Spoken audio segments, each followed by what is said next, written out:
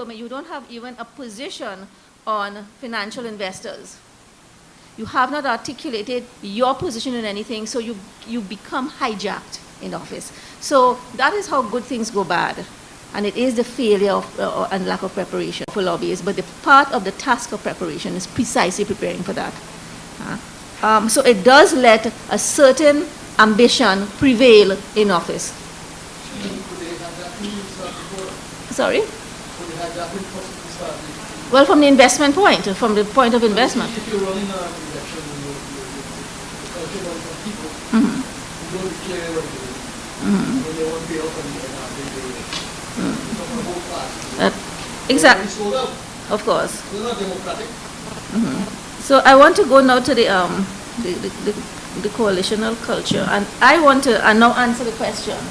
The question is, Can it's a question really of the override of the value of money. So this places other values. and it is Values, for example, of our obligation living in a society in which we owe something. and I want to come to I want to come to that at the end. I'm going to come to that at the end. Here that don't pick up. They've died somewhere, That's right. and the place is rotting. You can smell it. I want to. What is the question? Can a coalition government I'll come to succeed? that at the end. Can a Can a coalition government succeed in Trinidad? You know, and you mentioned my reference to the coalitional culture, but we often in literature describe it as a Creole culture.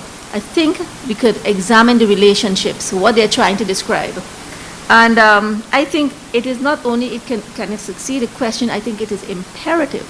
I think a coalition, the politics of coalition is the appropriate politics for Trinidad and Tobago at this time. I think the notion that we could have just had a national party, that is a borrowed notion. I think we will ultimately, however, if we get those mechanisms right, that we're talking, how do we negotiate interests? First of all, at a very, very mass level, all the way up and create the institutional framework, first for political parties, because, you know, we have things that are masquerading as political parties. You do not have engagement within the party. So you have to have the whole process of information, of education, of representation, of selection and election and so on within the party first. And if we create those mechanisms for the nexus between within the party, between parties, and between parties and government, I think we would ultimately begin now out of that to emerge with a national vision, a shared, the sharing of things, the understanding of the other, and creating the relationships will ultimately lead us somewhere to something to approximate a national party. So now, but where can that start? And I want to take up Roseanne's issue of the education system.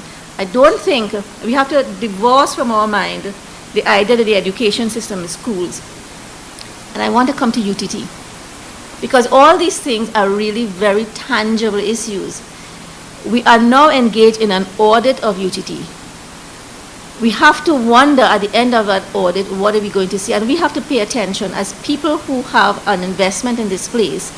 We have to ask ourselves, what do we want? What is the primary aim of our education system? And it is to teach us about ourselves. It is for each of us to come to be able to answer the two questions. Who am I? And what am I about in the world? And then to proceed to do that. The gentleman's point about those who have gone before, I often feel for this country as the land of the walking wounded. It is as though everybody who could have contributed has been hurt. And I meet so many people. The best of us is the one bleeding the most. And the worst of our instincts, I don't want to say the worst of us, but the worst of our instincts are the ones that are flourishing. So the question of how can the education system play a role in answering those questions for us, and it has to do with a system that first looks around at this place and anchors our learning here. And I have begun to, and UTT has begun to do that in its humanities program in a very willy-nilly, all the way kind of way. There are some instincts there that have not been present at UE, and they need to be nurtured, they need to be harnessed, and they need to be protected and developed. But it has to be, it cannot be from some central czar at the top, which is what Professor Julian introduced it as. It cannot, it has to come from us demanding and wanting to become more aware of this place. We need to know the geography of this place. We need to know the ecology of this place. We need to know the humanity, the culture, all of those things. We need to know that there is a skeleton at the Zoology Museum that could be 7,000 years old that may very well be the mother of Caribbean civilization. And you know what? They don't know what to do with it. It's sitting down there, nobody even know that they should go to the Banwari, where this thing is a woman, not a man. They call it Banwari man. But, and pay their respect. I'm going back to Frank Stokes. We are two or three are gathered together. I'd like to add one more thing. Yes. Whatever is worth doing is doing badly. Whatever is? Worth doing is worth doing badly. Even though we succeed handsomely. But I'm really where I came from. Whatever is worth doing badly? Gosh, I'm hearing things that I do understand.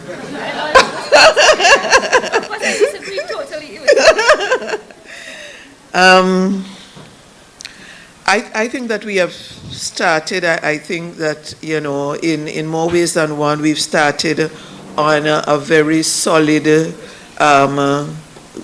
know, getting off the ground here. Obvious that we have a lot to do to continue. There are things that I heard and I myself am trying to grapple with them.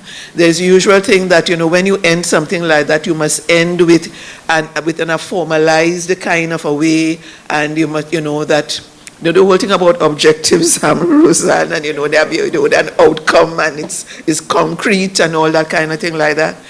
I have no problems with the kind of way that we are ending here, because it is a way that is a path for us to move forward. We certainly are going to mull over this within our meetings to glean from it in order that we should move forward. But thank you very much for setting us on this path and for setting all of us on this path. We have a job of work to do in this country. That was very much reinforced for all of us, but I don't think that we are not up to the task. We're going to make it. We're going to make it. Thank you very much. Thanks, everybody.